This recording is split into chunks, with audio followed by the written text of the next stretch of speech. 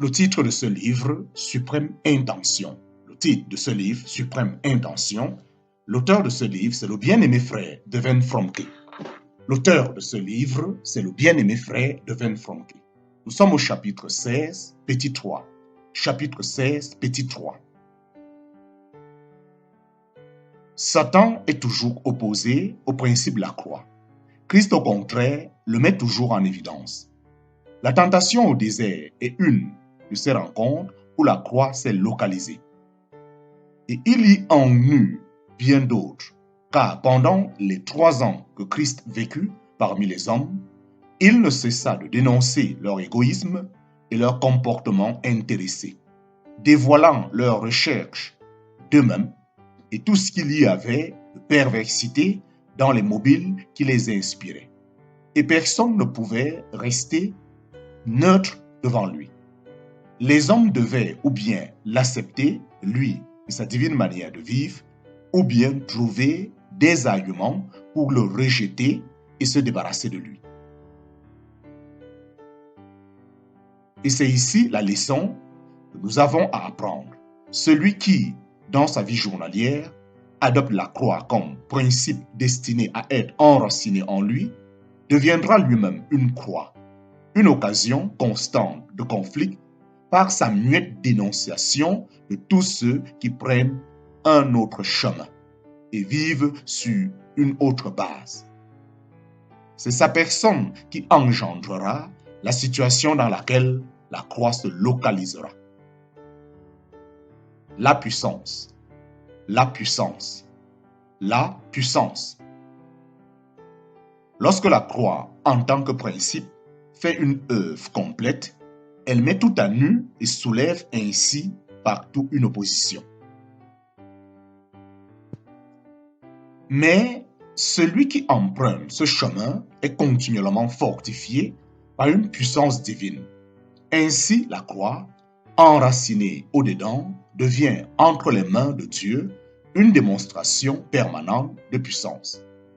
Mais il y a peu de chrétiens qui se rendent compte que la seule raison qui puisse engager Dieu à les revêtir de puissance, c'est qu'ils perdent leur vie pour lui. Nombreux sont ceux qui se sont mépris sur la vraie signification de Actes chapitre 1, verset 8. Mais vous recevrez une puissance et vous seriez mes témoins. Le mot traduit par témoin est martus, qui signifie martyr. Trop souvent, notre attention s'est concentrée sur la puissance pour qu'elle nous rende capables de faire quelques exploits, ébranler les foules, devenir de grands libérateurs. Il y en aura sans doute des exploits et les foules seront effectivement remuées. Mais la vérité plus profonde, c'est que si nous sommes au bénéfice d'une énergie divine, c'est pour ne pas aimer notre vie jusqu'à craindre la mort. À l'origine, les mots témoin et martyr étaient devenus interchangeables parce que les témoins ne permettaient à aucune considération de réduire leur témoignage au silence. Il y aura sans doute des exploits et les foules seront effectivement remuées, mais la vérité plus profonde, c'est que si nous sommes au bénéfice d'une énergie divine, c'est pour ne pas aimer notre vie jusqu'à craindre la mort. À l'origine, les mots témoin et martyr étaient devenus interchangeables parce que les témoins ne permettaient à aucune considération de réduire leur témoignage au silence.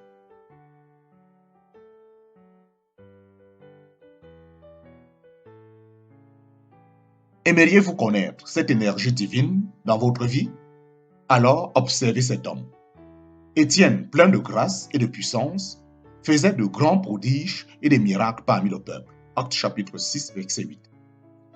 Il rend témoignage devant le Sanhédrin que Jésus est le Christ, mais il met le comble à son témoignage en perdant sa vie pour celui qui est mort pour lui. Or, qu'arrive-t-il?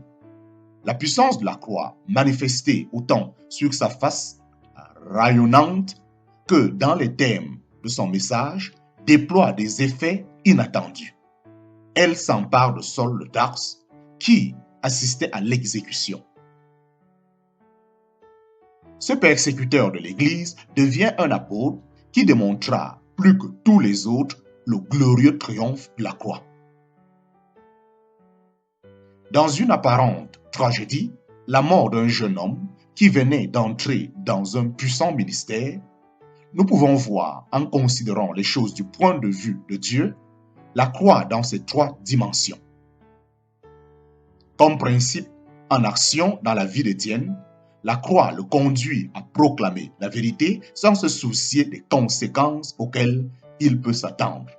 Comme lieu, elle se localise ici dans un conflit avec le Saint-André et comme puissance explosive, elle saisit un orgueilleux pharisien qui trouve dur de regimber contre les aiguillons.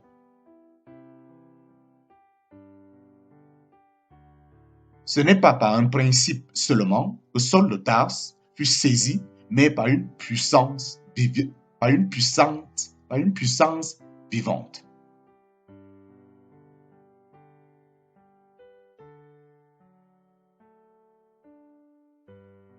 La mort d'un jeune homme qui venait d'entrer dans un puissant ministère, nous pouvons voir, en considérant les choses du point de vue de Dieu, la croix dans ses trois dimensions. Comme principe en action dans la vie d'Étienne, la croix le conduit à proclamer la vérité sans se soucier des conséquences auxquelles il peut s'attendre. Comme lieu, elle se localise ici dans un conflit avec le Saint-André et comme puissance explosive, elle saisit un orgueilleux pharisien qui trouve dur de regimber contre les aiguillons.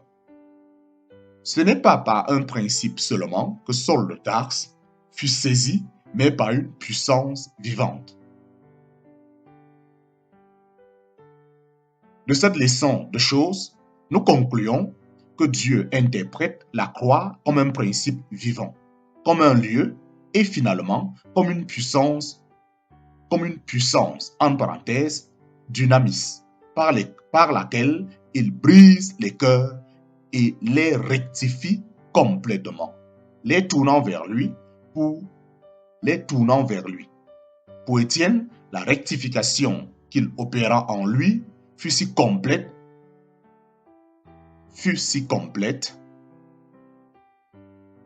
De cette leçon de choses, nous concluons que Dieu interprète la croix comme un principe vivant, comme un lieu et finalement comme une puissance, en parenthèse, dynamis, par laquelle il brise les cœurs et les rectifie complètement, les tournant vers lui. Pour Étienne, la rectification qu'il opéra en lui fut si complète que ce principe de la croix ira opérer dans une autre vie et prolongera ses effets comme une réaction en chaîne. C'est de cette façon que Dieu procède à l'expansion spontanée de son œuvre. Avec tout cet arrière-plan, nous sommes maintenant en mesure d'apprécier la déclaration de Paul dans 1 Corinthiens chapitre 1, verset 18. La prédication de la croix est une folie pour ceux qui périssent, mais pour nous qui sommes sauvés, elle est une puissance de Dieu. 1 Corinthiens chapitre 1, verset 18.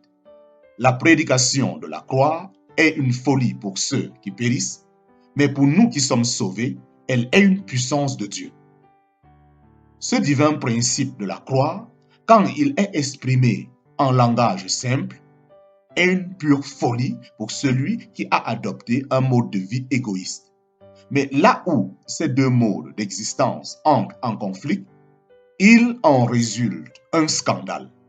Et c'est là que Dieu libère son énergie divine sous forme d'une puissance explosive qui a pour but de rectifier l'homme en le transformant de fond en comble.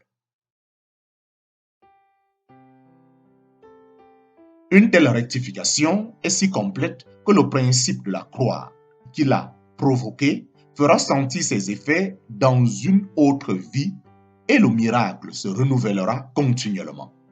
Laissons-nous donc émerveiller en pensant à ce que la croix peut encore faire si elle nous trouve préparés à l'accepter. Qu'importe donc ici l'opprobre des blessures. Qu'importe donc ici l'opprobre, les blessures. Ces passagers flétrissures, tu les connus aussi. À tout, je dis adieu. Je ne veux de couronne que dans la gloire de ton trône, mon Seigneur et mon Dieu.